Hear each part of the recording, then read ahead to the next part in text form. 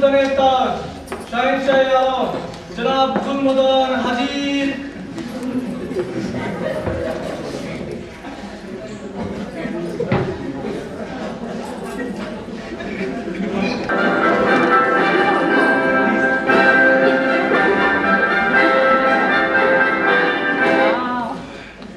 সেনাপতি। জি জনাব। মিরাজম। জি আলপানা। রাজ্যের খোঁজ খবর বলেন। জি হুজুর। হুজুর করিমনের মেয়ের ছেলে মেয়ের মাথা ব্যথা হয়েছে হুজুর। সেনাপতি। হুকুম করুন জনাব। এইসব কি শুনিতেছি? আমার রাজ্যে কারো মাথা ব্যথা থাকা চলবে না। এক্ষুনি করিমনের মাথা কেটে ফেলা হোক।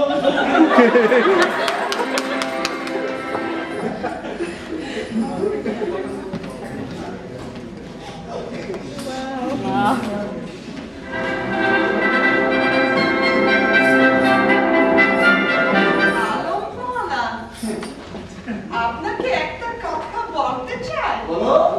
ভয় করবো নাকি নির্ভয় করবো? আমাদের মেয়ের যে বড় হয়েছে সেই খেয়াল কি আপনার আছে? মিরাজম। জি হুজুর। সেনাপতি। হুকুম করুন জনাব। আমার একমাত্র মেয়ে যে বড় হয়েছে সেই খবর আপনারা রাখেন। জি না জনাব। এখন বলো বেগম কি করতে হবে? মেয়েকে বিয়ে দিতে হবে। সেনাপতি। হুকুম করুন। আমার মেয়েকে বিয়ে দিতে হবে। সেটাই খবর রাখেন আপনি। জি না জনাব। আমরা তো জানি আপনার বিয়ে করেছি।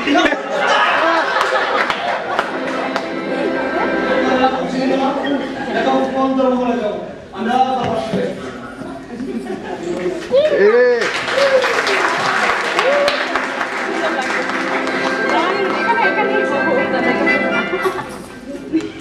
এর জন্য যোগ্য পাত্র খুঁজেন। কি ধরনের পাত্র চাই জনাব? যেই পাত্র এই মাঘ মাসের শীতের মধ্যে আমার পুষ্করিণীতে সন্ধ্যা 6টা থেকে ভোর 6টা পর্যন্ত গলা টানতে থাকতে পারে, আমি ওই পাত্রের কাছে আমার একমাত্র মেয়ের বিয়ে দিব। যান শাহী এলান করে দিন।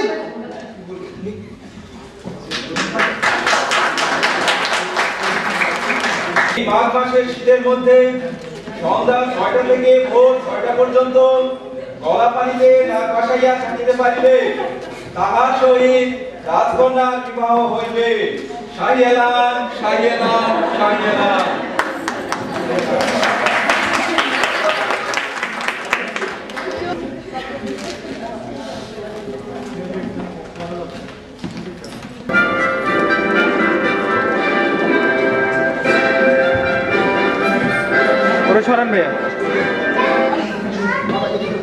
সেনাপতি। জি জনাব।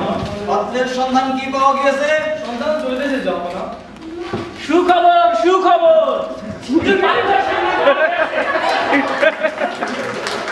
এই সেই যুবক যে সারা রাত পানিতে ছিল।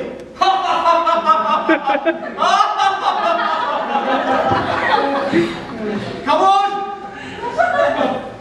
এই যুবক, তুমি সারা রাত পানির মধ্যে ছিলা, আমি খুব খুশি হয়েছি। তুমি আমার একমাত্র মেয়ের যোগ্য পাত্র। এই নাও তোমারই না। ও তো শীতে কাঁপতেছে। এই যুবক, তোমার বংশ পরিচয় বলো, তুমি কোন রাজ্যের যুবরাজ? জাহাপনা আমি যাইলে না।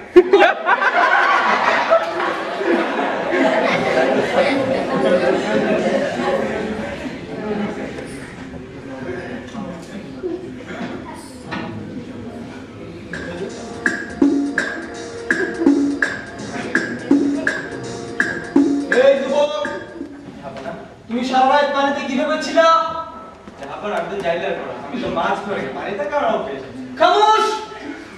আমি তোমাকে সেটা জিজ্ঞেস করিনি। আমি জিজ্ঞেস করছি এই মাঘ মাসের শীতের মধ্যে তুমি সারা রাত গলা পানি পর্যন্ত কিভাবে ছিলা? এই মাঘ মাসের শীতে কোনো গুপ্ত তোমার থাকার কেন? তুমি তো মানুষ। আপনার বাড়ির ছাদে একটি লাইট জ্বলতেছিল, সেটা দেখেই আমি সারা রাত কাটিয়ে দিয়েছি। খামোশ! সেনাপতি। আমি তো বলছি যে কেন পারছি, আমার তখনই সন্দেহ হয়ে গেছে। তুমি জানো আমার বাড়ির ছাদের উপরে যে লাইটটা জ্বলতেছিল তার পাওয়ার কত দূর? সেই পাওয়ার গিয়ে যুবকের মুখে লাগছিল, যার কারণে যার মধ্যে তার পুরো শরীর গরম হয়ে গেছিল। সে সারা রাত পানি থাকতে পারছে। এই মাঘ মাসে শীতে কোনো গুপ্ত তোমার থাকে না। এই যুবকের সাজা হওয়া উচিত। বলো তাই কি সাজা দিব? এই যুবক, তুমি কাল 12টা আসো, তোমার বিচার হবে, তোমার কোর্ট যেতে পারে। যাও। যাও যাও বেগম জি আমরা কয়টা বাজে? হুজুর একটা বাজে ইস! দরজা খোলার এত বড় সাহস! 1 ঘন্টা লেট! দরজা খোলার এত বড় সাহস! বেগম জি হুজুর টাইম বাবা হুজুর 2টা বাজে তার কোনো ঠিক নাই, টাইমের ঠিক নাই।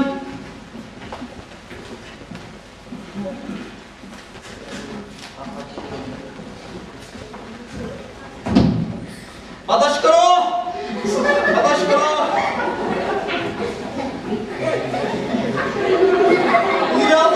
জি হুজুর কটা বাজে? হুজুর 5টা বাজে